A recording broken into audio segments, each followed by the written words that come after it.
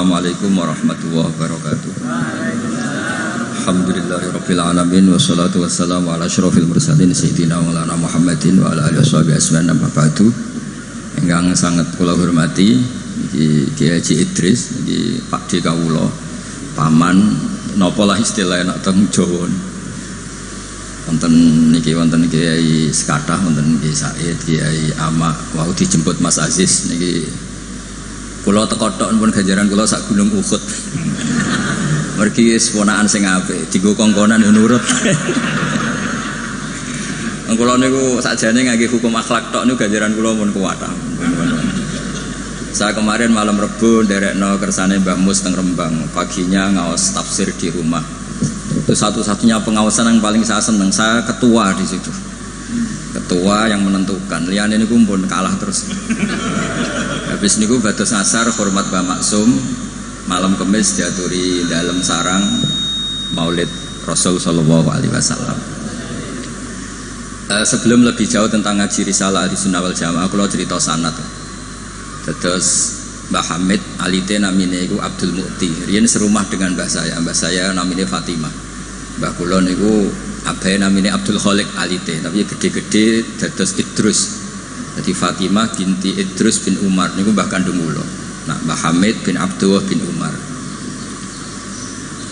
Terus potongan wali niku pun mulai alit. Terus Gus Samad nek dadi wali pun terlambat mergi. Mas Samad bakat wali niku pun ketok mulai alit. Terus mboten saged pencitraan.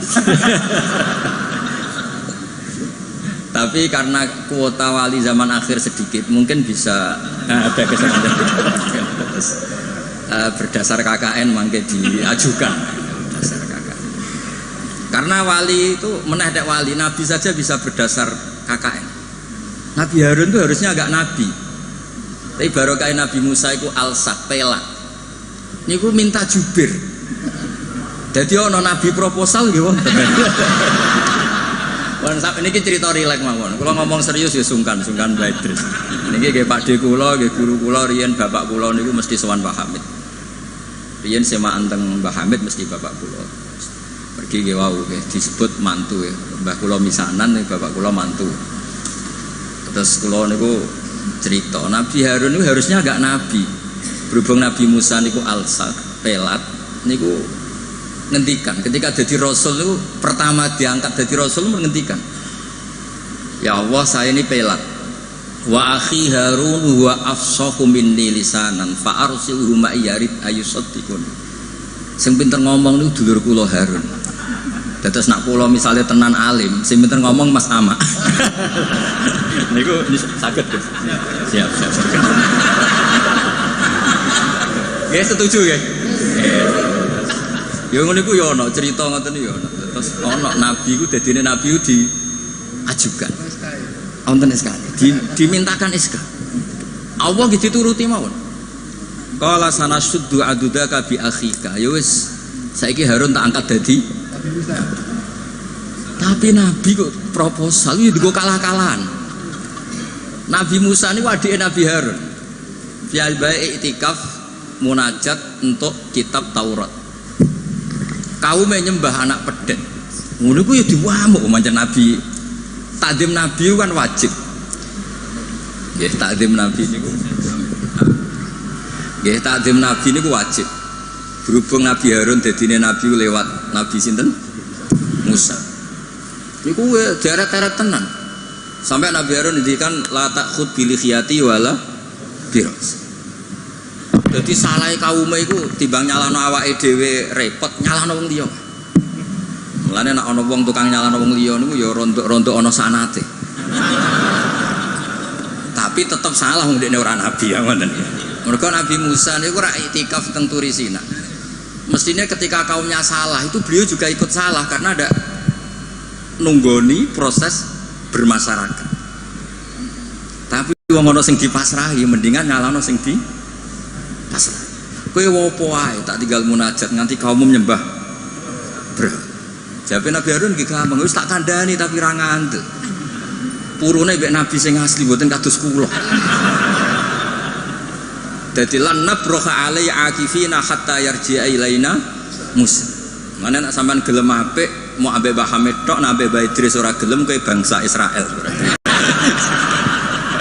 Nak kowe wong Islam tenan ambek Mbah Hamid yo kepen dadi wong apik, dipimpin Mbah Idris kepen dadi wong apik. Termasuk sing ben nak pun dikiyaini Mas Amak, Mas Aziz kudu gelem dadi wong apik.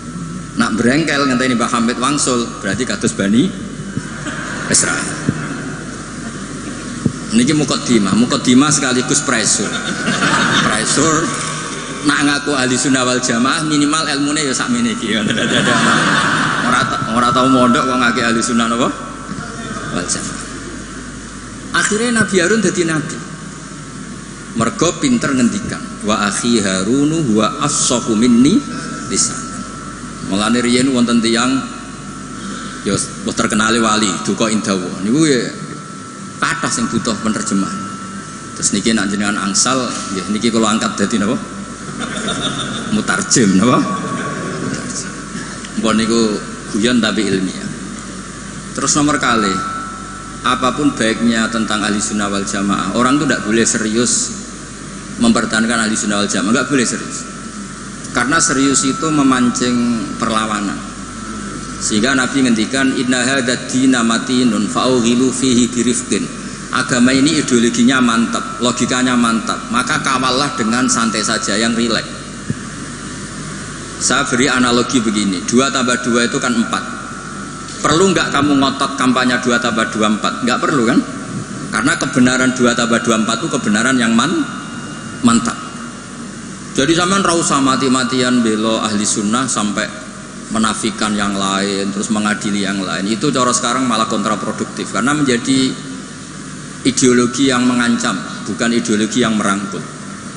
Sehingga guru-guru kita, mulai Bapak kula piyambak, Mbah Mun, Mbah Hamid, niku ketemu kelompok macam-macam nggih mboten terlalu ketok ekstrim. Bukan karena ngakui, tapi memang itu tidak produktif. Bangsa seneng tukaran, seneng geger itu tidak produktif. Karena inna hadzal dina matinun fa'ughilu fihi birifqin. Agama ini sudah aman, sudah bagus, maka kawallah dengan halus. Ya kayak orang kampanye di Indonesia tentang pentingnya makan nasi, orang tahu semua lah, tidak usah kamu cerita gizinya nasi gini, asupan nasi fungsinya gini, orang sudah tahu lah fungsinya apa? Nasi. Begitu juga fungsinya madhab ahli sunnah apa? Wal jamaah. Satu madhab yang sanadnya jelas, akurasinya jelas. Nah saya tak cerita tentang sanadnya Pak Hamid. Pak Hamid dulu diantaranya tentu ngaji sama abahnya sendiri, Kiai Abdullah.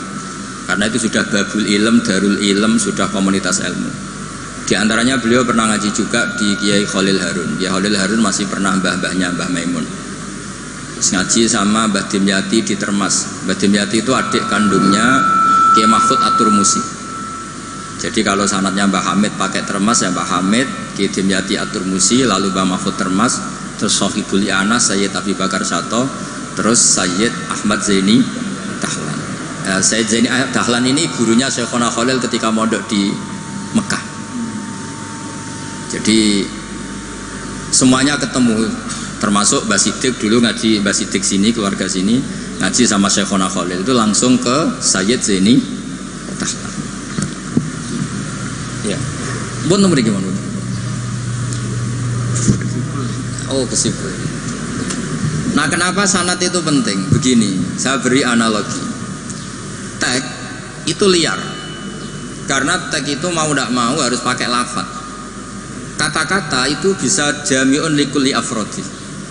Ini sekaligus mukaddimah untuk ukholnya Mbah Hamid. Makanya ketika Mbah Hamid dipuji sebagai pakar usul fikih, beliau juga ngaji Jamul Jama, itu saya senang. Karena di situ nanti ada taqyidul mutlak bil muqayyad atau taqyidul am bil mukhassis.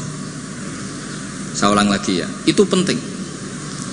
Karena jika lafaz umum itu ditetapkan sebagai umum, maka akibatnya, saya ulang lagi.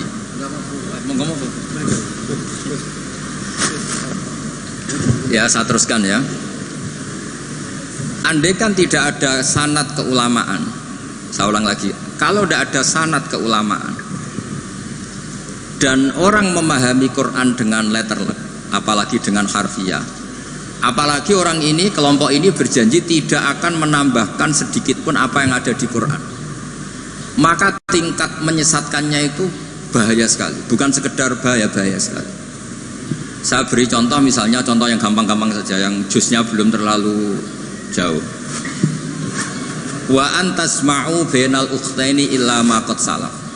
Di antaranya kita tidak boleh nikah perempuan, misalnya Anda menikahi Mbak Sri gitu, sekaligus nikahi adiknya. Wa antasma'u bainal ukhtain. Itu jelas di Quran hanya menyebut wa antasma'u bainal ukhtain. Zaman Nabi Sugeng, Nabi itu ya nambahinnya hanya sedikit. Wala bainal mar'ati wa ammatiha wala bainal mar'ati wa kholatiha. Juga enggak boleh kamu nikahi Sri sekaligus nikahi buliknya atau budenya, baik dari bapak maupun bulik dari ibu. Berarti yang disebut Quran hanya bainal ukhtain, yang disebut hadis hanya bainal mar'ati wa ammatiha wa kholatiha, hanya dua orang, dua kelompok. Sementara tidak menyebut wala binal mar'ati wa jaddatiha. Kemudian orang-orang fikih yang muktabar semuanya sepakat tidak boleh nikahi perempuan dan orang yang ada hubungan mahram. Sehingga ada kaidah dua perempuan yang andai kan salah satu itu lelaki kok tidak boleh nikah, maka tidak boleh dinikahi satu lelaki fi nikahin wahid. Artinya kalau ada orang kampanye hanya megang Quran tidak lebih tidak kurang, berarti dia hanya mengharamkan al-jam'u bainal ukhtain. Itu betapa bahayanya dalam Islam. Terus orang nikah Sri dan budenya, orang nikah istri dan mbahnya, mbah dan cucunya, kayak apa bahayanya? Mereka sudah pongah berkampanye tidak boleh menambahkan apa yang ada di Quran. Tapi barokahnya ngaji sama mas saya, termasuk tadi Mbak Hamid ngaji Jamul Jame, di situ ada kaidah ilmu namanya balaghah. Wala wa antasma'u bainal ukhtain tu mimba bi itlaqil ba'di wa iradatil kul. Jadi atau itlaqul juz wa iradatil kul. Yang disebut hanya sebagian, tapi yang dimaksud semua perempuan yang ada hubungan mahram itu tidak boleh dinikahi fi waqtin wahid. Nah, hal seperti itu kan kayak keren. Orang kampanye kembali ke Quran, tidak mengurangi dan tidak menambahi. Tapi terus kayak apa bahayanya ketika orang hanya berpegangan wa antasma'u bainal ukhtain. Maka ciri utama ahli sunnah itu maknani Quran dan hadis itu berdasar sanad. Ya seperti yang saya terangkan tadi. Kalau saya misalnya saya ngaji Mbah Mun ngaji Mbah Karim ngaji Syekhona Khalil, Mbah Hamid ngaji Mbah Dimyati, Termas Mbah Dimyati ngaji Mbah Mahfud, Mbah Mahfud ngaji Sayyid Abi Bakar Sato, Sohibul Li'anah, beliau ngaji Sayyid Zaini Dahlan. Atau di sini keluarga besar Mbah Siddiq, kalau pakai buyut-buyut misalnya Mbah Siddiq ngaji Syekhona Khalil, ketemu di Sayyid Zaini Dahlan, terus sampai Syekh Utsman Ad-Dimyati sampai Rasulullah Shallallahu Alaihi Wasallam. Nah, pemanaan ini penting. Lafadz itu nggak boleh mengikat. Makanya kata Ibnu Hajar Al-Asqalani, jika Anda terikat oleh lafadz, orang basuh wajah tidak sempurna itu nggak apa-apa, tangan yang nggak sempurna nggak apa-apa, karena yang ada itu wailun lil aqabi minan nar. Basuh polok yang tidak sempurna di hadisnya Nabi itu neraka, tapi Nabi tidak ngendikan wailun lil yad minan nar, wailun lil wajhi minan nar. Nah, ini kalau di usul fikih disebut mimba biwaqi'ati ainin, karena yang wudu itu salahnya dibasuh tungkat tumit ya. Ya, ada orang wudhu yang lupa tumitnya agak kebasuh. Karena kejadiannya seperti itu, Nabi ngendikan wailun lil aqab minan nar. Apa tidak well juga ketika orang tidak membasuh tangannya secara sempurna? Apa tidak well juga ketika orang tidak basuh wajahnya secara sempurna? Kan sama-sama well. Tapi ini tidak disebut Rasulullah Shallallahu Alaihi. Nah, misalnya Anda fanatik, pokoknya saya persis hadis yang wailun hanya lil aqab. Kalau tangan nggak apa-apa, wajah nggak apa-apa. Lu itu gendeng apa goblok? Wes goblok kampanyane, saya berpegangan hadis orisinil kata Pak Idris tadi, asli katanya. Nah, jadi bahayanya baca hadis tanpa ilmu usul fikih kira-kira seperti itu. Ada misalnya tak beri sekian contoh, nak sama Rafaham ya kebangetan. Tadi sudah 2 ya. Normalnya 2 itu sudah pinter. Ini terakhir contohnya ketiga. Layak dil qadi wa huwa ghadban. Orang itu tidak boleh bikin keputusan penting, apalagi seorang qadi. Nak kepengen nyebut Gus Yusuf apalagi wali kota. Ini kemarin sebelum jadi wali kota perjanjian, Gus jenengan wali beneran, saya ingin wali kota saja. Ini keluarga kiai tapi cita-citanya sederhana. Jadi iya. Itu bisa, itu kalau dalam madhab tasawuf itu, kalau saya Mbak Idris Gus sama ingin jadi wali betul, tapi beliau sederhana sekali ingin jadi wali apa? Kota. Itu kalau niatnya tawadhu karena nggak ingin nyanyi Mbah Hamid, insya Allah barokah. Tapi kalau niatnya nggak ingin tirakat, nah itu yang masalah karena ada dua wali besar. Yang satu jadi wali itu karena kelirunya justru. Keliru itu artinya menyalahi a'aliyal umur, bukan keliru maksiat. Saya bilang keliru itu bukan harus maksiat. Orang baik itu bisa keliru tapi tidak mesti maksiat. Wali yang satu itu kalau sakit bilang ya Allah ya Allah, tapi yang satu itu enggak bilang aduh boe waduh boe. Suatu saat wali yang bilang ya Allah itu jenguk wali yang kalau sambat waduh boe. Ditanya, kamu ini wali kalau sambat kok aduh boe. Jadi yang wali aduh boe, karena saya itu ingin kayak orang awam, tidak sok wali-walian ya Allah ya Allah. Lu itu ya bisa jadi wali. Jadi nanti lihat aja di daftar, kalau di list wali kok masukkan Gusipul, berarti ya karena tawadhu tadi. Jadi ada juga wali itu kalau sholat itu nggak mau soft awal, banyak. Kok koyok wong parak pangeran ya wani ning soft. Ada juga wali ditanya, apa kamu kalau di surga ingin melihat Allah? Ndak. Kaget kan, umumnya orang ke surga kan ingin melihat. Tapi jawabnya apa? Unazzihu dzalikal jamal an-nazari misli. Allah terlalu agung biar tidak terkontaminasi di dalam meripat kayak aku ini. Itu ya jadi wali. Ini terpaksa cari referensi demi wali kota. Ini. Jadi makanya saya itu narasumber itu penting tidak penting sudah bener. Mergo tawadhu di Rembang sini itu jauh. Gara-gara diteror ini yang manggil Mbah Hamid, aduh. Ini Pak D Idris, ini Pak D saya, Pak Lek kalau manggil saya itu mesti yang manggil Mbah Hamid gitu. Ya, kalau nelpon mesti gitu. Ini yang manggil Mbah Hamid, nggih, Mbah. Ternyata di sini berlaku teror ya. Ini apa? Yang manggil Mbah Hamid karena memang beliau itu sepupu mbah saya Mbah Hamid. Jadi bermadzhab itu penting karena kata itu liar. Layak dil qadi wa ghadban. Seorang yang sedang marah itu tidak boleh punya keputusan penting, baik itu qadi, wali kota atau orang tua atau siapapun. Kata qadi dihilangkan. Nggak boleh kamu mentang-mentang hadisnya qadi, hanya qadi yang nggak boleh bikin keputusan kalau marah. Kalau kiai boleh, kalau orang tua boleh, kalau wali kota boleh. Nggak bisa. Bahwa ghadban itu kalau sedang marah, kalau sedang lapar boleh, sedang ngempet nguyuh boleh, sedang ngempet ngising. Nah, padahal setelah dimaknai pakar-pakar usul fikih, ghadab itu apa? Halatin sing yasu'u khalqu sahibi. Satu keadaan yang orang itu tidak normal. Nah, keadaan tidak normal itu bisa hakin, orang yang ngempet nguyuh, ngempet ngising atau banget laparnya. Itu juga nggak boleh bikin keputusan penting. Jadi ghadban bukan lagi dimaknai marah, tapi apa? Satu keadaan di mana orang tidak sedang baik-baiknya. Makanya Imam Syafi'i masyhur itu, kamu jangan rembukan sama orang yang besok nggak ada yang dimakan, itu ruwet otaknya itu. Lalu sidang madrasah ambek guru-guru sing bar diamuk bojone, wah itu error gitu. Sidang madrasah ambek uang sing sesuk kudu bayar kredit. Mesti takoki sepundi madrasah saya ini pun ngaten mun saya.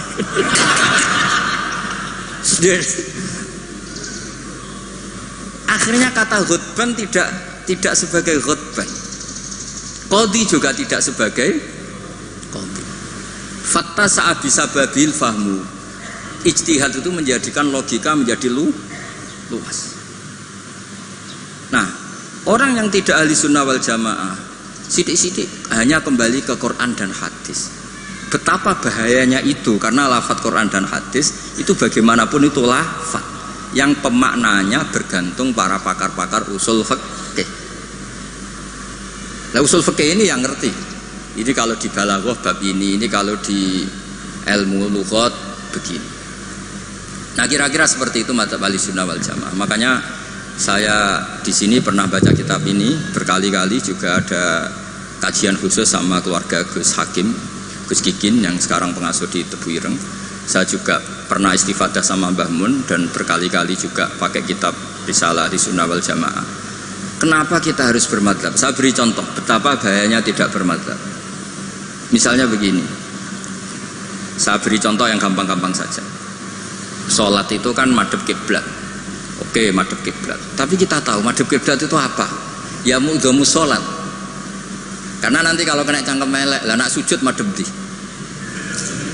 Untung sama ndak tahu mikir kan. Jadi baru makanya kadang kiai seneng wong goblok, mengko nak diterangno ora mikir. Sajane sholat madhep kiblat itu pas ngadeg tok, lah pas rukuk mek sujud. Tapi baru kayak goblok do ora takok. Jadi goblok itu ya penting, mari ngenakno kiai lah. Jadi wong ora kakean. Wong ora kakean kok. Mulane sampean nak takok, kiai ku kok kadang seneng santrine goblok timbang sing pinter, kowe ora rasane dadi kiai. Ruwet. Karena kena wong pinter itu ya rada repot. Nah, setiap bahasa itu mesti merujuk ke mu'dhamul amri, tema utamanya. Sehingga Nabi kalau ngendikan ya al-hajju arafah. Apa haji itu tidak ada tawaf, apa haji itu tidak ada sa'i. Tapi kok Nabi ngendikan al-hajju arafah, ay mu'dhamul haji arafah. Nah, bahasa-bahasa seperti itu andaikan orang nggak ngerti usul fikih terus maknanya al-hajju arafah, sementing wis ning arafah. Nah, iya. Itu kan yo ribet. Jadi intinya itu apapun teks yang Anda baca di Quran dan hadis itu pemaknanya harus ikut ulama. Nah kalau sampean tanya dalilnya apa Gus? Dalil yang paling saya mengenang dan tidak akan lupa ila yaumil qiyamah itu dawuh Mbah Mun, ihdinas siratal mustaqim siratal ladzina walam yaqulillah sirataka. Harusnya kan tunjukkan kami jalan yang benar, jalanmu ya Allah. Enggak, tapi Allah ngendikan siratal ladzina an'amta alaihim. Mergo kowe ora iso niru Allah dhewe, kowe ora iso niru Allah, Allah ora mangan, Allah ora turu. Apa terusno Allah ora pengen dadi wali kota. Kan? Kamu tidak bisa, inna wa ta'ala la ya'kul wa la yashrab wa la yanam. Allah tidak tidur, tidak makan. Kalau kamu makan niru siapa? Niru makane wong soleh-soleh, niate taqwi alal ibadah. Kamu tidur niru siapa? Niru orang-orang soleh. Enggak bisa niru Allah, Allah tidak tidur. Nah, berarti kalau kamu ingin benar harus butuh sanad, karena ketika Allah ngendikan siratal mustaqim itu siratal ladzina an'amta alaihim. Itu dalil paling kuat betapa pentingnya sanad. Makanya sampai ada pepatah yang sangat mengancam tadi, manta alama bila sehin fasehuhu setan. Itu ancaman yang benar sekali, karena betapa bahayanya orang misalnya hanya berdasar terjemah atau teks kemudian dia menyimpulkan hukum, padahal lafadz ini adalah terjun bebas. Karena tadi lafadz itu jamek, dia akan kemana saja yang masuk afrodnya kalau dalam ilmu usul fikih. Tapi nanti setelah ada momentum muqtadul hal itu baru proporsinya hanya sampai mana. Misalnya sampai lihat Syekh Nawawi Al-Bantani, faktul musyrikina, bunuhlah orang-orang musyrik. Itu ayatnya akan ekstrim, misalnya haitsu wajadtumuhum, kapan saja kamu menemukan mereka. Tapi sampai lihat di Syekh Nawawi, al musyrikin ayna kisina khosotan, yang melanggar perjanjian, atau al muharibin, yang merangi kamu. Tidak semua orang musyrik kamu boleh kamu perangi, karena ada musyrik-musyrik yang wa in janahu lisalmi fajnah laha wa tawakkal ala. Lafadznya umum tapi harus proporsional. Kalau sampean contoh ini gak paham, tak kayak contoh yang paling mesti gak paham. Nara paham kebangetan. Kamu kalau istri kamu sedang seneng-senengnya, wes sama sampean karep opo tak turuti. Opo wae? Jebule terusin, aku ben wayoh, Dik. Terus yo ojo iku gitu. Jare opo wae kan itu. Ya kan? Jadi semua lafadz mamin amin illa wa yukhassas, tidak ada kata am kecuali yadkhuluhu takhsis, kecuali ada takhsis. Misalnya kamu seneng sama istri, wis adik kemana-mana berdua, kowe apa nak ngising berdua. Jadi lafadz-lafadz, lah ya artinya kalau ada lafadz umum ning Quran hadis mesti ada mukhassis. Ma min amin illa wa yadkhuluhu takhsis. Sama seperti di tafsir Jalalain, innallaha ala kulli syai'in qadir, tidak memasukkan yang mukhal. Tidak boleh ada pertanyaan gini, ayak diruwahu ta'ala ayyud hibadatahul aliyah, apa Allah mampu menghilangkan zatnya yang agung? Ya tidak boleh. Kudroh hanya tata alaku bil mumkinat, tidak boleh kudroh ta'aluk sama mukhal. Apa Allah kuasa menjadikan 1 ditambah 1 itu 13? Ya Allah kok bocah goblok. Tidak bisa. Kudroh itu hanya ta'aluk sama yang lah nek Allah ala kulli syai'in qadir, ala kulli syai'in qadir, wali kota ya iso dadi nabi, yo repot. Yo ora iso ditutup. Iku sebarang mukhal. Paham ini? Ya wis niku ahli sunnah wal jamaah. Nek wis pinter nganti ngono iku ahli sunnah wal jamaah. Mbon iki deal ya. Ya mbon, kalau tak maca kitab mbon niku sing ngono terus. Mungkin sing jawab jubire wis selesai perjanjian. Kan Nabi Musa niku adike Nabi Harun. Terus Nabi Musa dadi nabi, ngajono proposal kakake dadi nabi. Tapi tugasnya Jubir. Nah kalau Mas Sama pernah sepuh Mas Sama.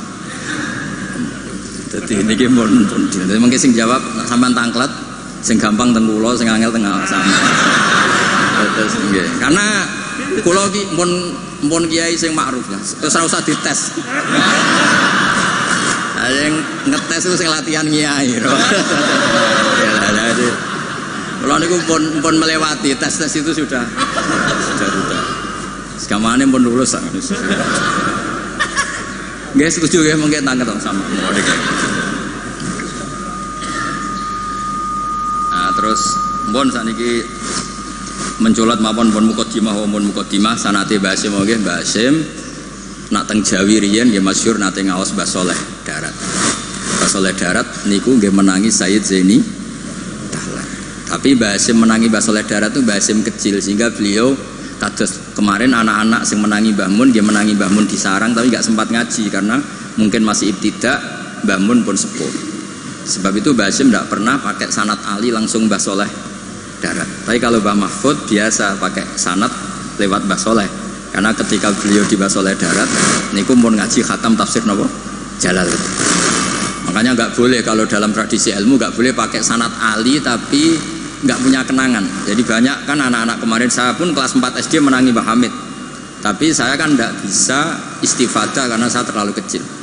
Saya tahu Mbah Hamid banyak dari bapak saya karena bapak saya sudah sepuh sering ketemu Mbah Hamid. Jadi sanad Ali itu punya sisi kelemahan, biasanya mujarradur ru'yah, hanya melihat. Makanya sahabat itu Amr bin Tufail itu akhiruman mata minas sahabat. Itu enggak dipakai riwayatnya karena kenangan mbek Nabi piye kok aku dijak bapak jamaah. Jadi mirsani Nabi tapi tidak punya kenangan sami aminan Nabi. Makanya sanad itu bagus nazil. Nazil itu jumlah ke Rasulullah besar banyak, tapi lewat orang-orang yang talaki mulazamah, ketemu orang-orang yang mulazamah. Jadi mendingan sampai Rasulullah lama, tapi lewat orang-orang yang mulazamah. Sehingga sanadnya Mbah Mun misalnya paling suka ya lewat Mbah Karim. Mbah Karim itu lama sekali di Mbah Hasyim, di Mbah Syekhona Khalil. Kila itu 20 tahun, Mbah Kila 30, khilafnya itu 20 ke atas. Nggak ada yang 20 versus 2 tahun. Kalau zaman ziarah tok walen Mbah Khalil. Ibu pendak banyak karep maksudnya. Lah itu iya, kalau ziarah yang ingin ngaji itu bawa kitabnya dulu, setelah paham terus di kitab itu dibawa. Itu baru ziarah betul itu. Jadi sanad itu kadang-kadang sering bagus yang nazil. Nazil itu lama tapi kredibel. Lah Imam Syafi'i termasuk fanatik sanad nazil. Beliau itu sering ngendikan an Ibnu Umar an Rasulillah, an Abdullah bin Abbas an Ubay bin Ka'ab an Rasulillah. Kenapa muter-muter begitu? Padahal Abdullah bin Abbas juga sahabat, tapi beliau sahabat pas itu kecil, sehingga kenangan dididik Nabi langsung itu tidak banyak. Sehingga kalau ada ilmu banyak, beliau sebetulnya lewat Ubay bin Ka'ab atau lewat Umar bin Khattab. Masyhur itu di sanad sab'ah, misalnya Abdullah bin Sa'ib dari Abdullah bin Abbas, misalnya masih dari Ubay bin Ka'ab. Sama seperti santri sarang sendiri yang menangi Mbah Mun, banyak yang ngaji mahali lewat saya. Akhirnya ke Mbah Mun lewat saya, padahal dia menangi Mbah Mun, tapi kan dia tidak ngaji mahali karena pas itu masih kecil. Paham ya? Terus sana tuh aja mentang-mentang ketemu Mbah Hamid, terus koyo-koyo ilmu mus tingkat wong sing belum ketemu Mbah Hamid itu Mbah Hamid lewat ngendikan, terus aku muridnya Mbah Hamid. Insya Allah nganggo syafaat cukup, tapi nganggo ngiyai ini. Jadi udah jelas nganggo syafaat cekap lah. Tapi nganggo ngiyai buatan. Terus ini supaya sampean kertas sana. Nggih kula waos yes. Ini sing tentang aturan bermadzhab sebagaimana yang ditanyakan tadi. Halaman 28 ya. Ini sing ada kitab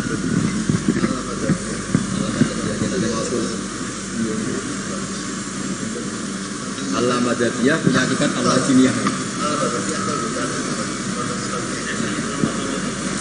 Kan akhirnya kan sebenarnya Allah Madadiyah nanti berakhir Allah Jiniyah. Kalau dimulai dari gak bermadzhab, lama-lama tidak beragama, ya kan? Nah, ya sekuler kan akhirnya ya dimulai dari Allah Madadiyah, lama-lama Allah Jiniyah.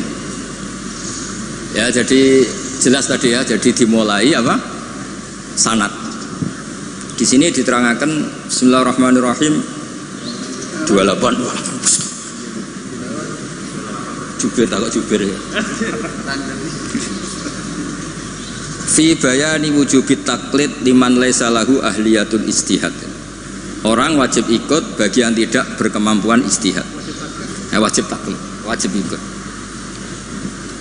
Yajibu inda jumhuril ulama al muhaqqiqin ala kulli man laisa lahu ahliyatul istihad al mutlaq wa in kana qad hasala ba'dul ulumi al mu'tabarati fil istihad apa taqlidu qaulil mustahidin wal akhdhu bi fatwahum liyakhruja an uhdatit taklif bi taqlidi ayyihim syaa liqauli ta'ala fasalu ahla dzikri in kuntum la ta'lamun. Jadi orang-orang yang tidak punya kemampuan istihad itu dalam setiap fatwa harus tanya mujtahid.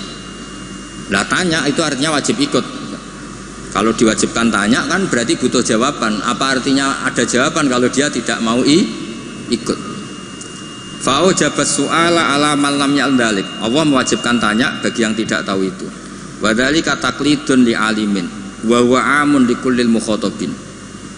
Terus wajibu ayakuna aman fi su'al an kulli ma la yu'lamu lil isma' ala anal amal lam tazal fi zamani sahabah wa tabi'in. Ini yang unik dari Mbah Hasyim. Beliau ngendikan zaman sahabat pun banyak yang awam. Karena sahabat yang baru Islam sehari dua hari, banyak sahabat juga yang punya kultur tertentu, tahu-tahu Islam, belum tahu kultur yang Islami. Sehingga orang awam mulai zaman sahabat juga banyak. Sama tak cerita nih, sahabat tuh yo kadang lucu. Jadi sholat itu pas sholat tuh kenalan. Jenengan tiang budi, kalau tiang lekok misalnya. Cara saya yo nyuwun nomor WA, jadi itu kenalan. Sampai akhirnya Allah nurunaken wa qumu lillahi qanit. Ya biung ada di kampung kalau ketemu orang nggak kenal kan kenalan. Jadi pas sholat jamaah jejer wong yang nggak kenal ya kenalan. Jadi jangan nyuwun WA. Jangan kira semua sahabat langsung tahu Islam, kan ada yang qoribu adin bil Islam. Akhirnya Allah nurono wa qumu lillahi qanit. Makanya kenangannya sahabat, fa wa ma wajadtu mualliman ahsana min Rasulillah sallallahu alaihi wasallam. Fa wa man taharani wala kadza wa kadza inna ma qala li inna hadhihi salatun la yasuhu fiha kalamun adamiyun. Nabi ku cek pinter ya nak ngandani wong. Setelah orang itu kenalan, setelah sholat digandeng mek Nabi. Jong iki sholat itu munajat. Ya nak munajat omongane mbek pangerane ora usah mbek wong. Jadi sholat itu momentum jagongane mbek pangeran. Wis tak jagongan mbek Allah wae ora usah mbek wong. Jadi orang nyentak batal sholatem. Oh, baleni nang mboten Nabi santai mawon. Inna hadhi sholat munajat. Iki sholat itu munajat. Munajat mbek pangeran. Makanya kalau sholat omong-omongane mbek pangeran ae ora usah mbek manusia. Makanya si sahabat tadi terus kenang, saya tidak menemukan pengajar sebaik Rasulullah, karena cara menyampaikan tidak lewat bentak, tidak lewat marah, tapi ngandani seperti itu. Jadi ya dulu sahabat itu ya biasa sholat terus kenalan ya biasa, karena qoribu ahdin bil Islam. Ketika ada tayamum, mereka juga agak ngerti tayamum itu hanya cukup wajah dan yaden. Ada yang tamarruk guluk-guluk gitu. Karena dikira kayak mandi, kalau mandi junub harus rata, tayamum juga harus rata. Jadi sampai anak orang fahaman, itu kancane nggih kathah, riyen sahabat nggih kathah sebetulnya. Mulane kula niku kadang dadi wong pinter yo getun. Mergo kula bolak-balik pinter. Wong goblok ku yo pinter. Karena saya nyontokno. Ngaji tafsir ku angel. Nggih dari bareng angel iku pinter. Berarti wong bodoh iku pinter. Karena nggih dari barang angel. Jadi saya ulang lagi kan, ngaji itu angel apa enggak? Angel. Nggih dari barang angel lu pinter apa goblok? Pinter. Berarti wong goblok iku pinter. Maka berbahagialah yang goblok karena hakikate pinter. Tapi saya tidak mau pinter yang jelas ini saja. Dia kan mikir negara itu ruwet, ya kan? Ngedari barang ruwet berarti pinter. Tapi tidak usah teruskan, sing nantang ruwet berarti.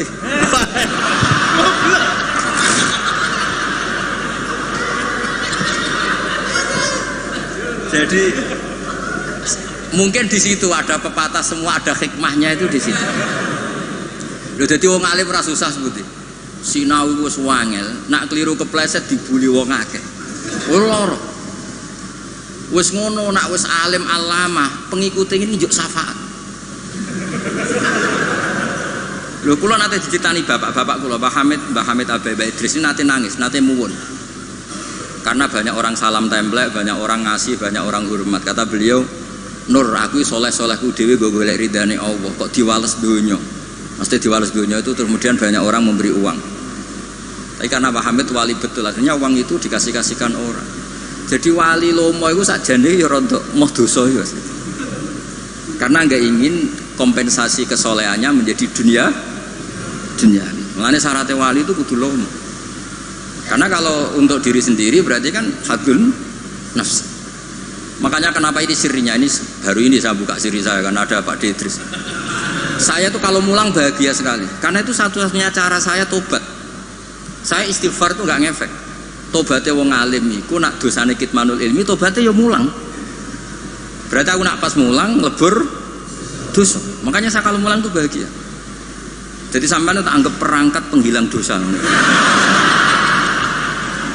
Lu ra iso wong alim gak mulang terus sampean istighfar gak bisa. Illal ladzina tabu wa aslahu wa bayanu. Tobatnya orang alim harus wa bayanu. Memberi ndak bisa istighfar.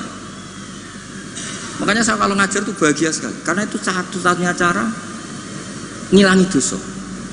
Kok pejabat lunga kan tuh SPJ Pak ya. Satu-satunya untuk uang legal ya ana acara lunga SPJ. Wong alim ya gitu, sama sebenarnya pola sosial itu sama. Ini buatan guyon ini tenang. Kenapa kalau saya ngajar tuh bahagia sekali? Karena itu cara saya untuk menghilangkan dosa. Dosa kitmanul ilm. Makanya semua ulama kalau ngajar tuh bahagia sekali. Yang ngajar tidak harus seperti ini ya, kayak Pak Hamid lewat akhwal. Ada yang ngajar lewat akwal, ada yang ngajar lewat mauidhah, tapi semua perangkat itu untuk tabyin, untuk memberi penjelasan. Dulu Pak Hamid itu kan punya mercy, uangnya banyak dan semua orang menghormati. Ada orang agak drengki, agak iskal, itu jare wali kok nikmati dunia. Singkat cerita orang ini dijak naik mercy-nya Pak Hamid, disuruh megang gelas Pak Hamid, masyhur cerita itu. Megang gelas penuh air. Kata Pak Hamid, ini pegang nggak oleh kocak. Engkau melaku be aku naik mercy, kursinya juga longgar, gak dosoan. Muter-muter Pasuruan. Terus Pak Hamid tanya, enak mercy saya? Enak sepunti ora kober, njogo gelas ben boten kocak. Jare Pak Hamid, ya wis ngono iku hubunganku be Allah, sing tak jaga iku ridane Allah ning aku. Aku iku wis ora roh donya. Ya kayak kamu naik mercy tapi fokus jaga gelas air tadi. Jadi wali-wali itu untuk duniawi itu sudah tidak ngefek karena punya masyhul, punya syagil. Ya seperti saya itu kata orang banyak itu misalnya ya, saya kata orang banyak itu terkenal, saya tidak tahu terkenal pada tidak tahu. Yang saya jaga hubungan Allah dengan saya. Kalau saya betul orang alim harus mulang, kalau saya betul orang bodoh harus ngaji. Tapi ngaji pek sampean kan berat. Ngaji pek simpel kan ya lucu. Misalnya aku ngaku goblok tawadhu terus gawe ikhya Gus ulang. Kan wong yo lucu kan. Sajane kula nggih kepengin tawadhu. Lan ampun kula tak bentuk ikhya Gus teng jenengan. Akhirnya pilihannya kan loro, ngaku alim wajib mulang, nah ngaku bodoh kudu ngaji. Kula mboten sombong misalnya kiai latihan terus kula bentuk ikhya sing mriyang kiai ini napa kulane. Bisa akeh kan? Bisa akeh no, misalnya sengaji kula niate kula tawaduk terus kiai ini terus meriang. Ngaji ra ono sing gaji wae dadak meriang perkara sing ngaji. Sampeyan tak critani Zakaria Al-Ansori nganti alime ngoten mergo mangkel. Dadi mangkel ya ono sing barokah. Dekne di guru jenenge Ibnu Hajar Al-Asqalani sing aran Fathul Bari iku gelare Ibnu Hajar Al-Asqalani. Iku kerenge ra karuan nak ngaji. Dekne bar wis alim dhe murid jenenge Ibnu Hajar Al-Haytami. Alim, ngaji dekne wis alim. Dadi nak ngamuk iku grutu. Wah semane zaman aku ngaji yo kangelan. Kok nak maca salah diwamuk. Saiki dadi kiai yo kangelan sinau. Mergo nak salah konangan muridku sing alim yo. Dadi ora kok berseneng saya Zakaria Al-Ansori. Mulane ketika ditanya, "Syekh, kenapa jenengan salim itu?" Dukik tu bena hajaro ini, aku digebek watu loro. Mergo nek ape ngaji yo kudu sinau, ape mulang yo kudu sinau.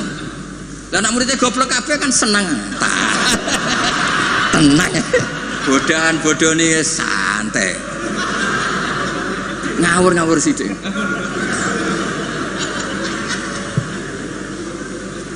Artinya ngene loh, siapapun yang merasa alim, dia sebaiknya tidak usah ngaji. Itu buatan tawadhu, itu ganggu. Mpun yang mana itu?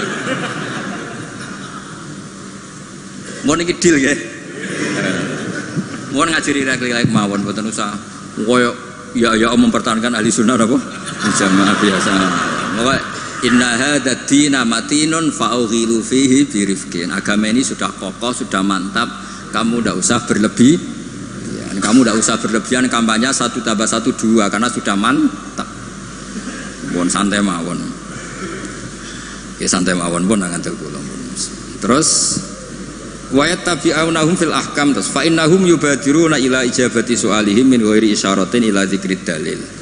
Karena yang tanya orang awam ya cukup dijawab tidak menyebut dalil. Nah sekarang yang awam pun nak dijawab kiai ada hadisnya enggak?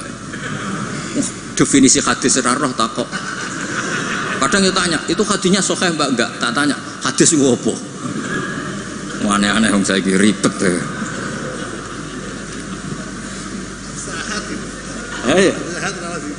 Enggak, padahal di Bukhari banyak hadis.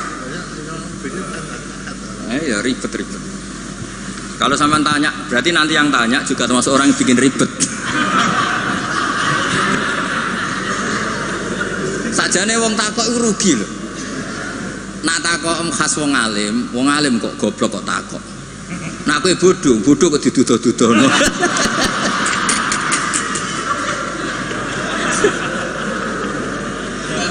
Lo pernah lo? Gus Zofur pernah seminar di Kalimantan atau Sulawesi itu banser Gus Zofur. Banser semangat. Itu setiap seminar NU kan mesti tentang Mbah Hasyim. Itu ada yang tanya, Mbah Hasyim itu siapa?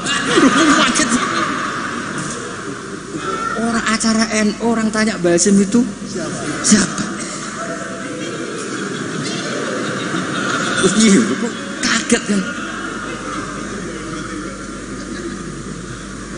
Nanti jangan-jangan sama tanya mazhab itu apa loh? Banyak orang yang malam itu paham itu wali itu apa? Di Padang wali kota repot. Jadi orang tanya itu kadang ribet. Lho Kanjeng Nabi kena wong awam ya cara Jawa kaku ati. Takok Allah itu kadang yo piye? Ya Muhammad, oke kamu punya Tuhan sendiri. Tapi Tuhanmu itu apa? Min dhahabin au nukhasin au khosabin au hajarin. Karena mereka orang awam.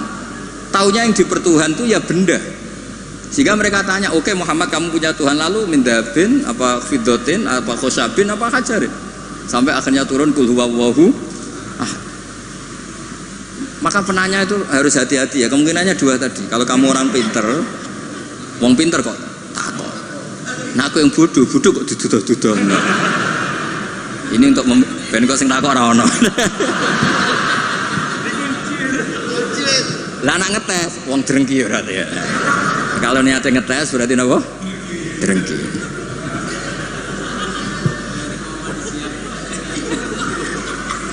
Boten rileks mawon niki kalian Pak De kula kalian keluarga niki boten enten sing santai mawon.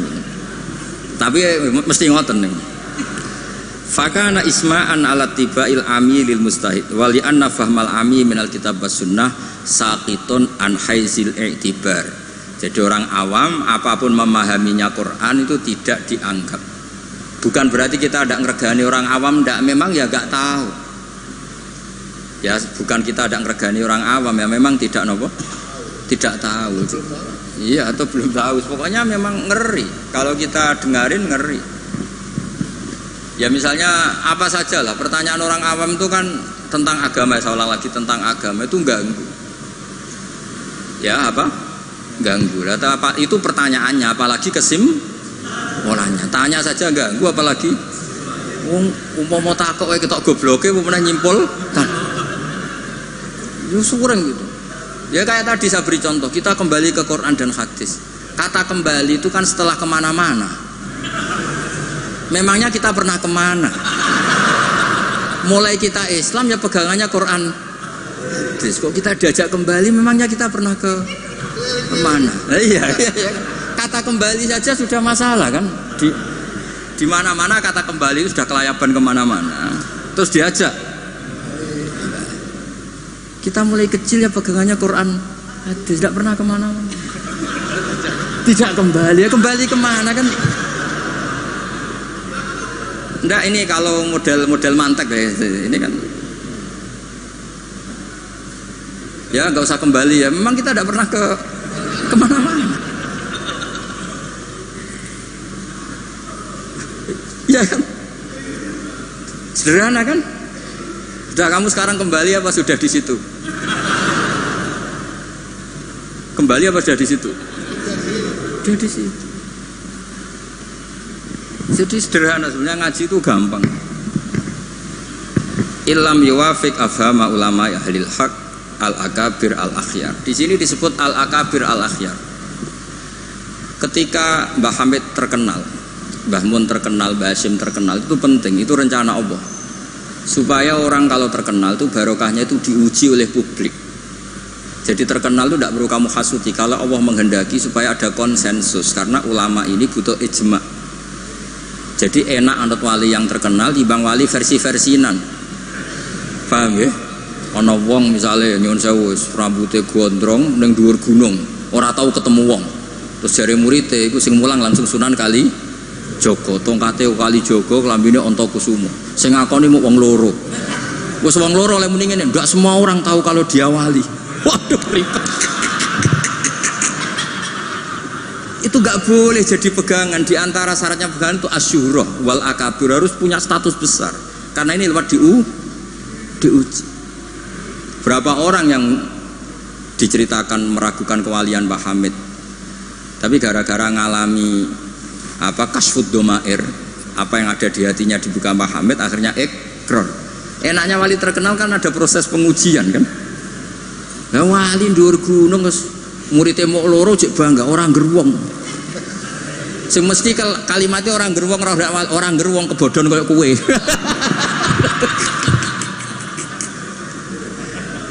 Itu kan kayak bakul jamu. Wetok saya tak kayak rego diskon, lainnya enggak. Tiap ketemu orang kamu saja yang tak kasih harga seginanya, enggak. Sebetulnya kalimat pasti wetok sing kebodhon. Nah, makanya butuh transparansi. Itu tidak hanya di birokrasi, tidak hanya di dunia ulama, semuanya butuh transparan supaya diuji. Makanya di sini Mbah Hasyim ngendikan ulama ahlil haq al-akabir al-akhyar. Maka syarat jadi nabi pun harus ada gunjingan dulu. Nggak boleh nabi nggak terkenal, harus terkenal. Sebelum dia lahir jadi gunjingan di Bukhairah, di Nasturo, jadi komunitas di Syam semuanya gunjingan nabi akhir zaman dengan definisi yang dimiliki masing-masing. Sehingga semua orang tuh ingin, itu dari mana? Orang mana? Terus kriterianya kayak apa? Sampai Khadijah karena beliau punya paman yang ahli Injil namanya Warokoh, tanya Nabi akhir zaman tuh begini-begini, definisinya begini-begini. Kalau nggak terkenal tahu-tahu muncul, nerangno definisi Nabi wes kangelan sampai. Jadi terkenal itu kalau fillah walillah itu baik, asal tidak karena hadun nafsi.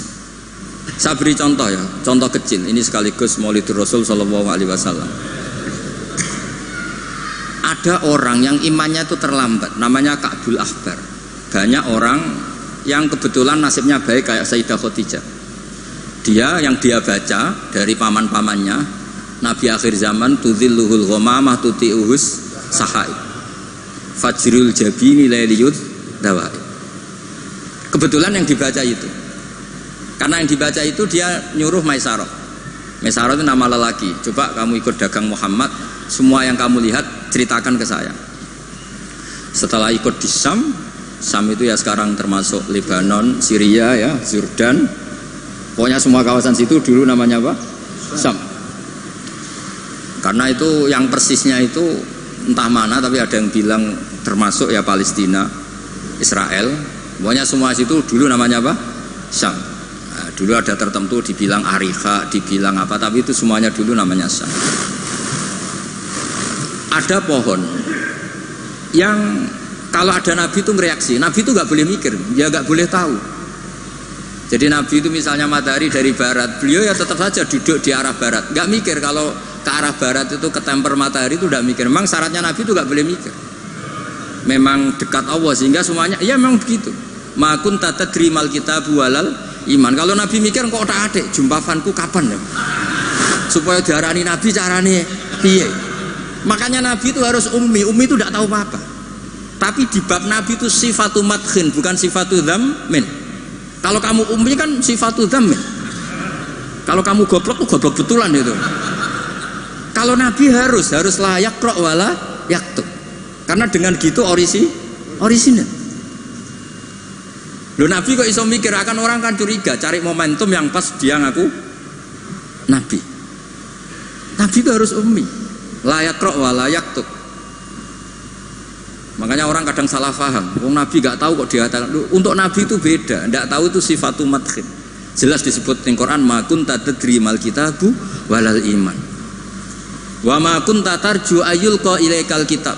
Nabi gak pernah berharap jadi nabi, itu gak pernah. Gak boleh Nabi kok berharap jadi nabi terus ambisi, gak boleh. Makanya gak boleh kamu daftar wali kok ambisi, gak boleh. Cuma ini kuotanya banyak yang kosong ya sudahlah dipaksa-paksa.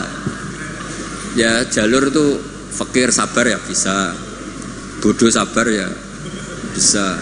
Yang paling susah itu jalur alim wirai zuhud, itu berat. Jalur fikir aja kan sudah dapat fikirnya, tinggal dapat sabarnya.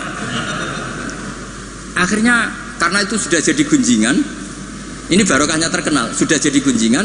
Maisarah ditanya, ketika Nabi duduk misalnya matahari dari barat, Nabi duduknya itu di barat pohon. Nah, pohonnya yang menyesuaikan diri. Jadi pohonnya itu ales itu merubah dirinya ben iso ngiyupi.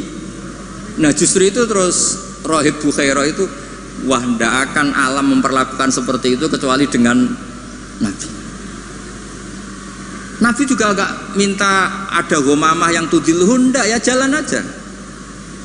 Dan tudilul ghamamah itu batasnya hanya sekian meter. Kalau semuanya mendung dikira semuanya dapat mendung. Ya hanya pas arah Nabi supaya kelihatan tuh demi Nabi.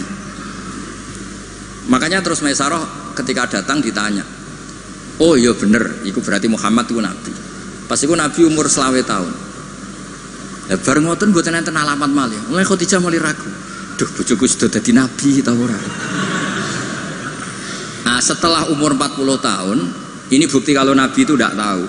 Beliau mulai tertarik tahandus di Gua Hira. Datang malaikat Jibril itu dikira malakul mauti. Kagetnya bukan main aku. Tidak boleh Nabi kok kedatangan Jibril tak enteni, aku jadi orang biasa. Aku bosen. Kapan dilantik? Itu nggak boleh, Nabi nggak boleh begitu, nggak boleh. Jadi Nabi kaget itu malah bener gitu. Maka bar ketemu Jibril yang wedi luari dia. Yarjufu fuadu, kuwaget. Bilang ke Khadijah Zamiluni.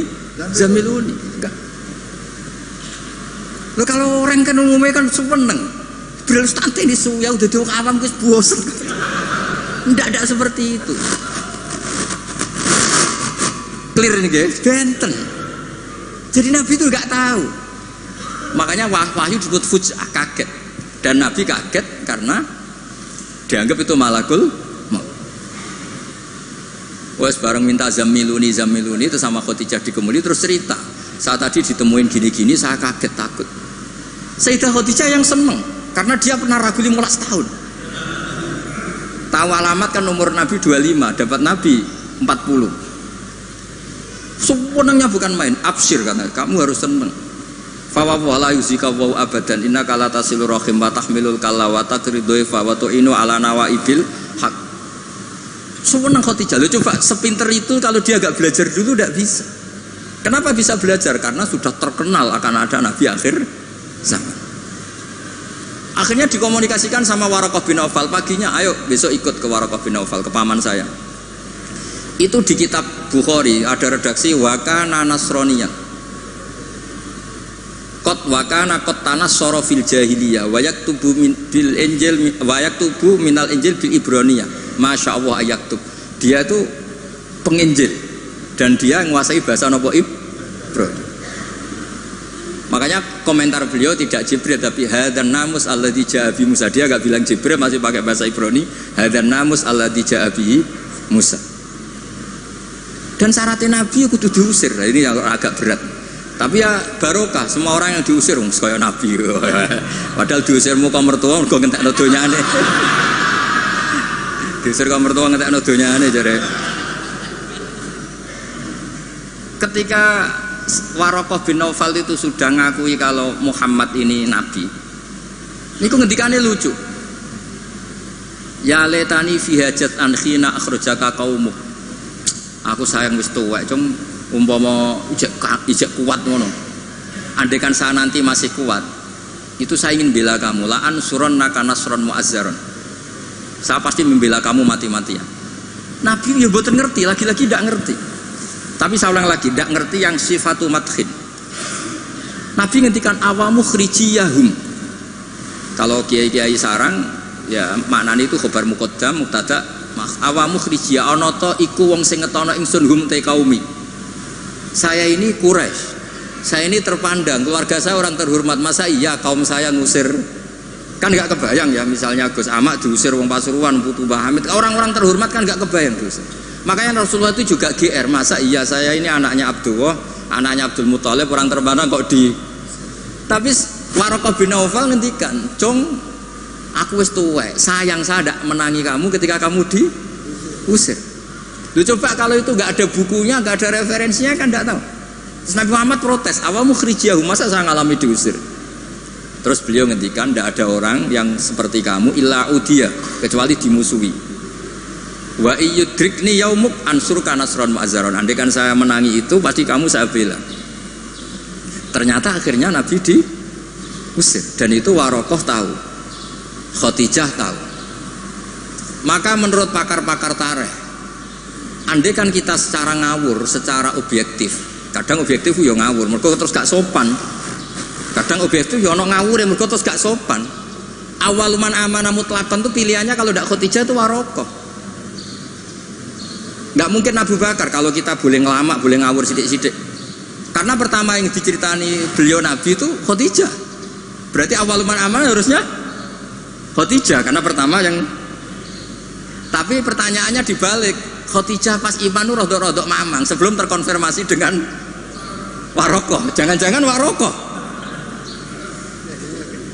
Nah terus akhirnya di kitab-kitab dibak berjanji supaya ngikuti adat-adat ulama, ya ngikuti adat-adat madzhabuna semua.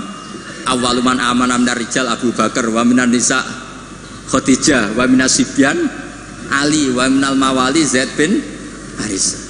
Karena ahli sunnah wal jamaah itu gak kepengen objektif tapi ngelamak.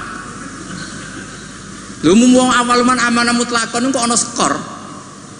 Makanya sekarang di pejabat juga mulai usum kan, pemimpin umum, pimpinan. Mereka kadang sing wakil itu rada izin dadi wakil itu. Supaya terhormat semuanya disebut apa? Pimpinan. Iya, ketua umum terus ketua itu sudah mulai berperadaban. Iya, ketua. Umumnya ketua. Iya. Umumnya ketua. Jadi ini cerita ya.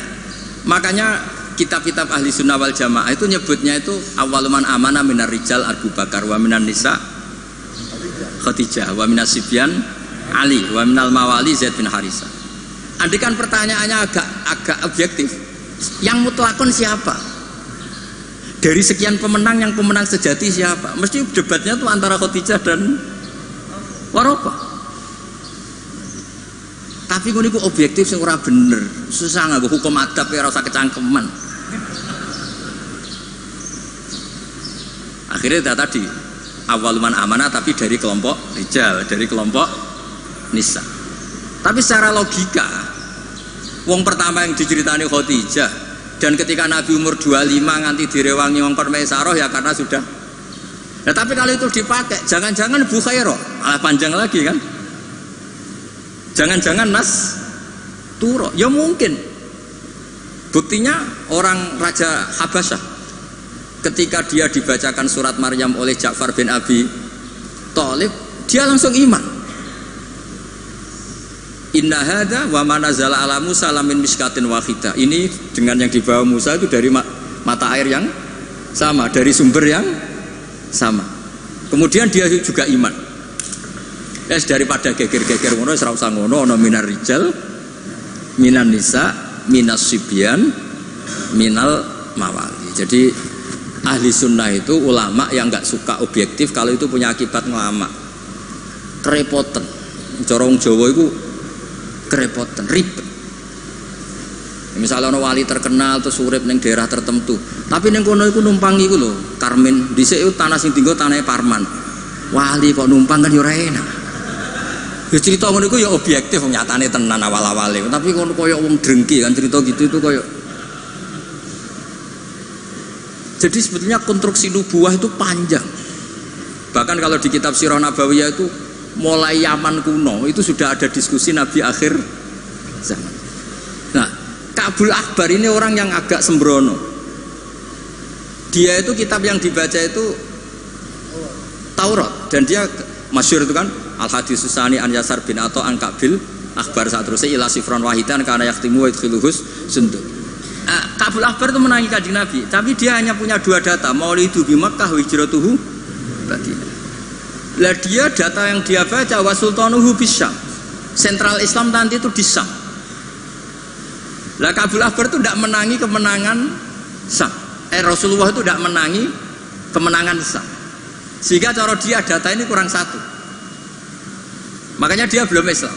Ketika Umar radhiyallahu anhu membuka Syam, berarti sudah masuk wa sultanuhu bisyam. Baru Ka'bul Akbar masuk Islam karena menurut dia datanya adalah jenis data yang memasukkan wa sultanuhu bisyam. Tapi data yang di Khadijah cukup tudhilluhul ghamama tuti'uhus sahaib. Jadi yo ribet. Tapi saya ulang lagi, tapi syaratnya Nabi tetap layak rok wa layak tub, supaya nggak ada ingin pelantikan, nggak ingin jaga citra. Jadi nggak ada propos, nggak ada foto-foto.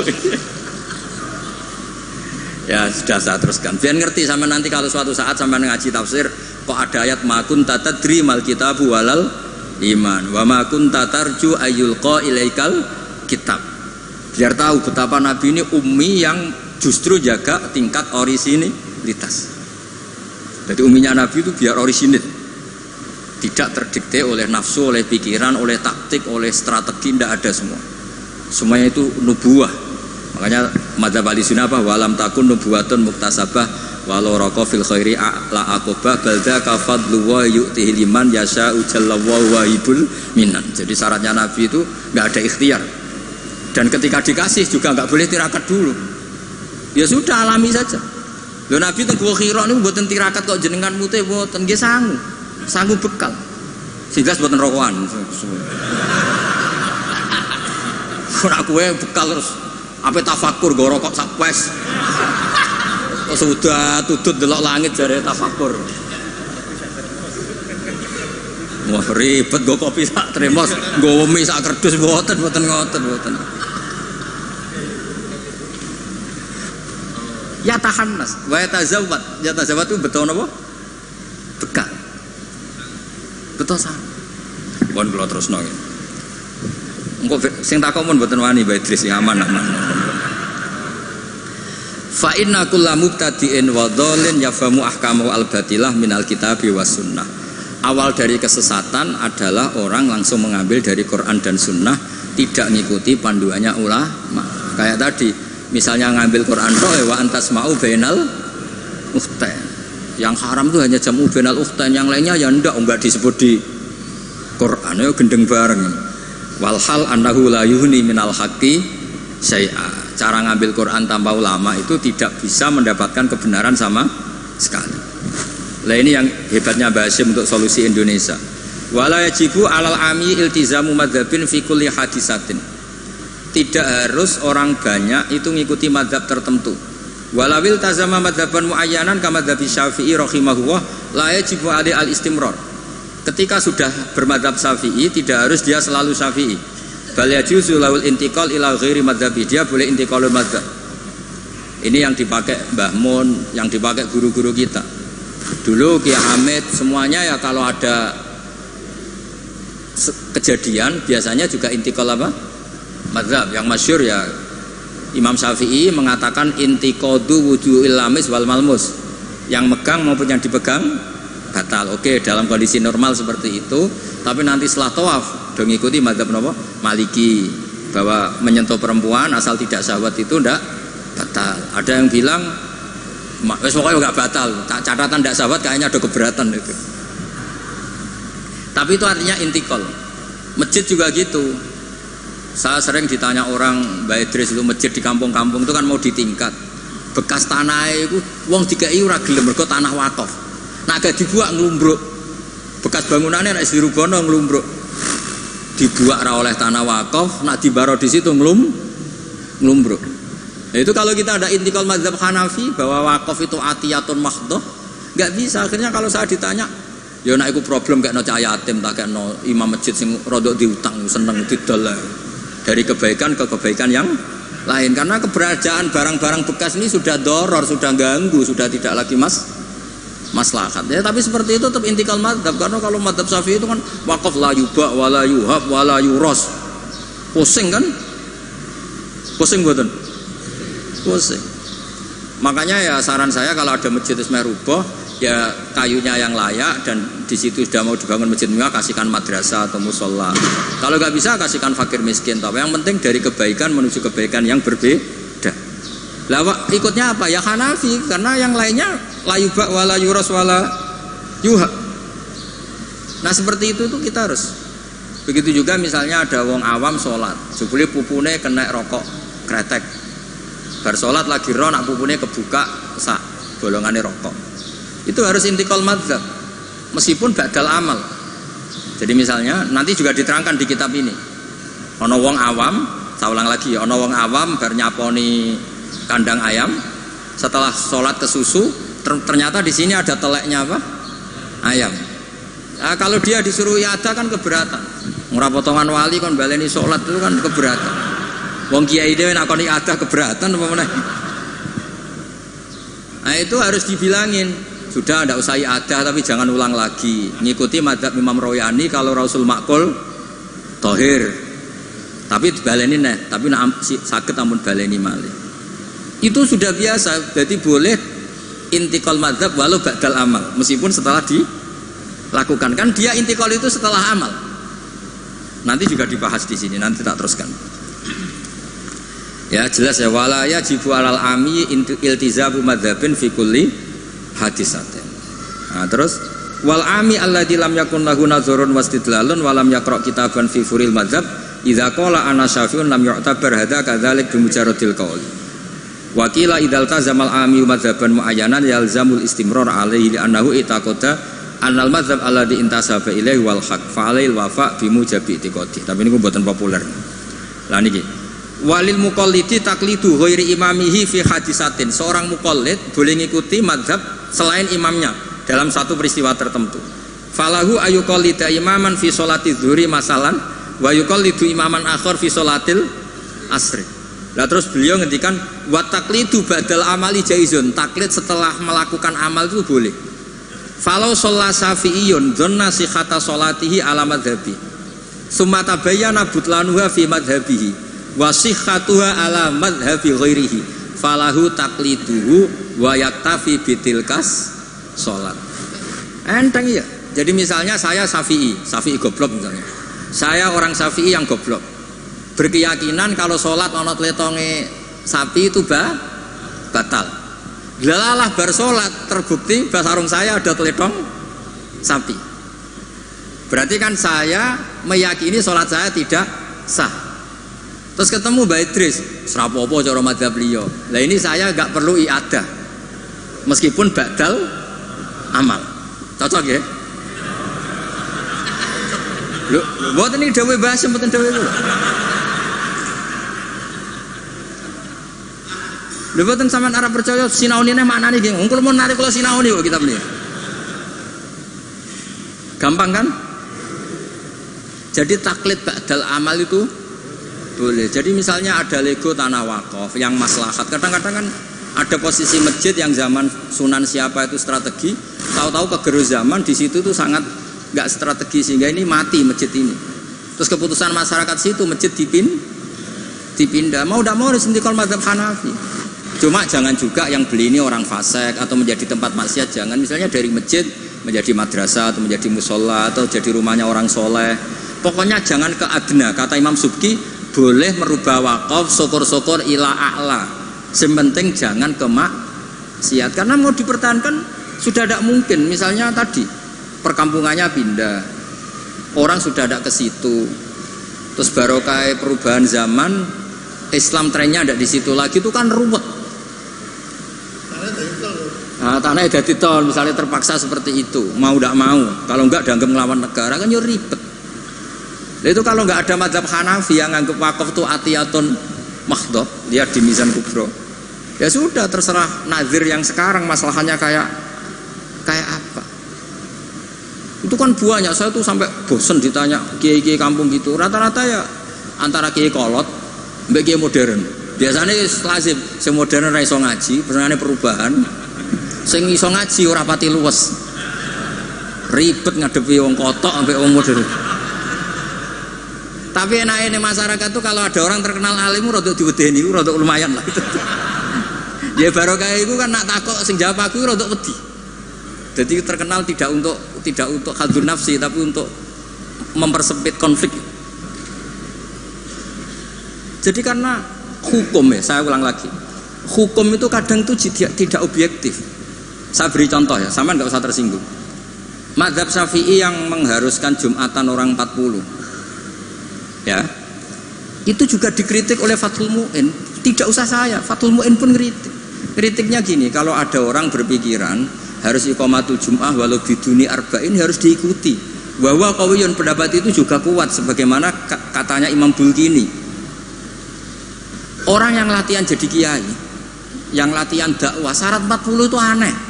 Loh, kamu kan hidup di Pasuruan, sudah kota santri. Coba kalau kamu hidup di daerah Samin, wong sing gelem Jumatan wong 10 kok mbok syaratno 40. Jadi agama itu juga diuji di lapangan, jangan nuruti khayal ideal. Imam kudu macane fase, wong sing dadi imam wong iku. Sing gelem ya wong iku. Isane ya mok ngene iku. Mbok yo wong ku mikir coba yang donya ku ideal. Zaman neng Mekah Nabi diuji wong kafir, neng Madinah diuji wong munafik. Padahal ditunggoni Sayyidul Khalqi. Iku pelajaran nak dunia iki ngono iku ruwet. Dipimpin wong paling sempurna ya ono wae masalah. Pemene mbok pimpin kon, kowe wis masalah. Wis ora usah masyarakat kon dhewe wis masalah. Wis kok masalah. Lho saya pernah ditanya.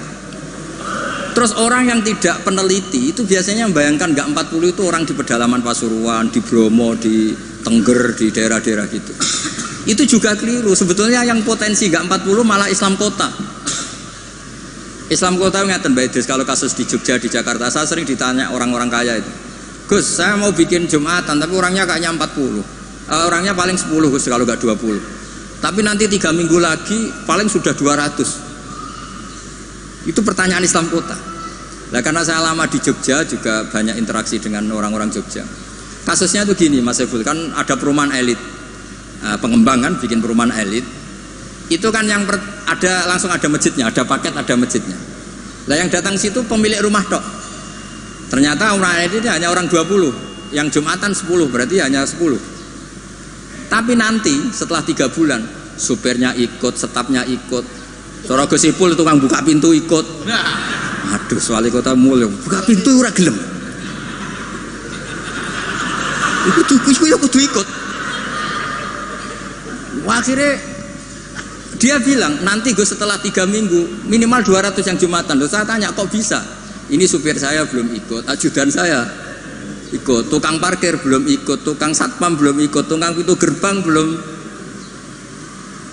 Ya aku ya, biro-biro Islam kota gelem Jumatan, sudah lah Jumatan saja meskipun 40. Sama lihat di kitab Tazkirun Nas, karangan seorang Habib itu, kitab Tazkirun Nas. Cari di I'anah, cari di semua kitab Madzhab Syafi'i, mesti ngendikan syarat arba'in itu syarat ideal. Karena ngandikan Imam Syafi'i, kalau orang 40 itu pasti salah satunya wali. Imam Syafi'i tidak menangis, saiki kumpul sewulah kau ini kira mesti ono waline. Iya kan? Imam Syafi'i gak menangi itu. Walau adanya wali. Dulu itu saking banyaknya orang wali, orang soleh, tiap ada orang 40 pasti ada. Sekarang kalau orang ribuan pun ada jaminan kalau ada walinya. Kalaupun ada jalur istri juda, jalur fakir sabar, mau jalur-jalur itu. Nah, itu kan kata siapa Madzhab Syafi'i itu absolut di ashabnya, tidak mesti juga. Karena di level lapangan itu beda di level khayal ideal. Kalau khayal ideal inginnya imam yang terbaik. Paham ya? Afqahuhum yang paling ahli baca, afqahuhum yang paling ahli fikih, asanuhum yang paling senior. Terakhir malah berat lagi, wa imamu qaumin wa hum lahu radun. Dimami orang yang semuanya menerima. Lha wae pilkada apa dadi imam? Disurvei sih. Jadi misalnya saya dengan Gusipul, survei dulu. Waliul Amri menang di urusan Waliul Amri, berarti menang wali kota. Kalau Aklam kayaknya menang saya misalnya, ribet kan? Akhirnya kan poinnya 1 banding. Nah, tinggal poin terakhir wa imamu qaumin wa hum lahu radun, konsensus kan? Polling dulu. Polling dulu menang wali kota kan bisa bayar dulu. Kiai kan tidak bisa. Paling ngancam sira milih saya neraka. Repot kan? Kan repot jadi. Tapi nyatanya ini cerita, nyatanya di tradisi guru-guru kita tidak seperti itu. Banyak Sayyid Muhammad tuh terkenal, beliau juga sering jadi makmum. Banyak wali-wali top yang kalau sholat kersane jadi makmum, yang jadi imam ya sering, jadi makmum ya sering. Akhirnya orang terus ya legowo saja, ya sendi sing gampang, gak usah repot. Karena syarat yang didhawuhna Nabi itu aqra'uhum afqahuhum itu syarat ideal. Tapi syarat saya sallu khalfa man qala la ilaha illallah. Nah, ini pentingnya ngaji ini ya kembali ke ahli sunnah wal jamaah. Lah nek semacammu ngono kowe ngaku ahli sunnah lah. Nah ora iso kecangkeman temen-temen ngaji ku ya angel. Paham ya, terus taklid ba'dal amal tubuh boleh.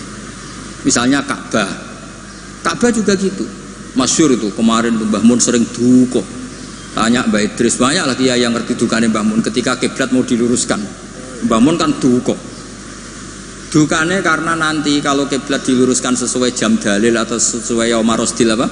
Kiblat. Itu akan menjadi orang menyalahkan orang-orang dulu karena banyak masjid wali ketika dicek, dihitung lagi nggak pas. Akhirnya kalau kamu membenarkan itu menyalahkan wali. Tapi kalau anti teori itu kamu anti ilmiah, kan ya jadi repot. Terus saya termasuk orang yang dimintai pendapat, termasuk Gus Zofur sampai itu sama Suriah Jawa Tengah. Mbah Mun ngendikan, terus saya nyari takbir di Tafsir Munir. Sampean cari di Fawallu napa wujuhakum Syatral Masjidil Haram. Itu di situ kata Ibnu Abbas, Al-Ka'bah kiblatun li ahlil masjid wal masjid kiblatun li ahlil haram wal haram kiblatun li ahlil masyriq wal maghrib. Karena kalau Ka'bah kudu persis, mereka juga gak mikir. Yang ngomong-ngomong persis itu tak pikir, ya ora mikir. Begini gak mikirnya. Ndak, ini nyata. Ka'bah itu misalnya luasnya segini.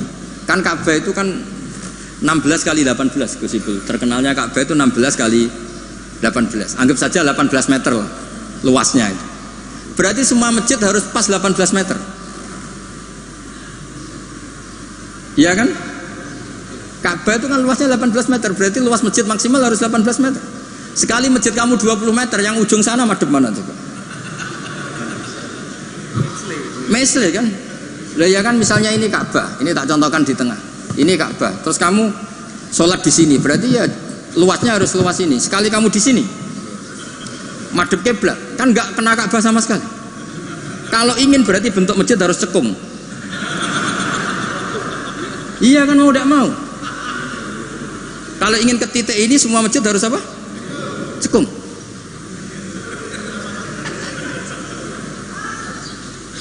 Lah itu pas itu Mbah Mun saking dukane ngendikan gini, senengane bener Ka'bah. Rumangsamu sing wajib madhep Ka'bah iku mok wong salat tok. Wong mati wajib madhep Ka'bah iku keduki kabeh. Sampai ngerti betul. Saking dukane Mbah Mun.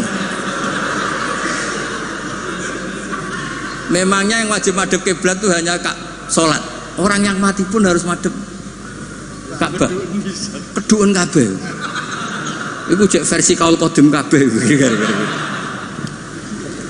Ya ini cerita aja, gak usah dilebokno hati, tapi ini ilmu ya. Jadi sampean biar rileks. Jadi beragama itu yang rileks, karena inna hadzina matinun. Agama ini sudah sudah kuat. Mboten kuat seputi ditunggoni Rasulullah sallallahu alaihi wasallam, jelas hebat.